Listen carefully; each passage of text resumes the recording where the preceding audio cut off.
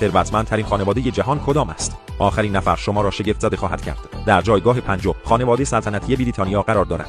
این خانواده یکی از قدیمی‌ترین و پرنفوذترین خانواده‌های سلطنتی باقی مانده است. دارایی‌های آنها حدود 88 میلیارد دلار است. در جایگاه چهارم خانواده سلطنتی ابوظبی قرار دارد که تحت حکومت خانواده نهیان است و دارایی‌های آنها حدود 150 میلیارد دلار است. و در جایگاه سوم خانواده سلطنتی قطر قرار دارد که تحت حکومت خانواده آل ثانی است و دارایی‌های آنها حدود 335 میلیارد دلار است. و در جایگاه دوم خانواده سلطنتی کویت قرار دارد که از سال 1752 تحت حکومت خانواده صباح است و دارایی‌های آنها حدود 360 میلیارد دلار است. خانواده‌ای که در جایگاه اول قرار دارد به عنوان ثروتمندترین خانواده جهان شناخته می‌شود و با مجموع دارایی‌های حدود 1.4 تریلیون دلار که حتی بیشتر از تولید ناخالص داخلی برخی کشورهای پیشرفته اروپایی است. این خانواده سلطنتی عربستان سعودی است. به نظرتون ثروتمندترین خانواده ایرانی چه کسانی هستند؟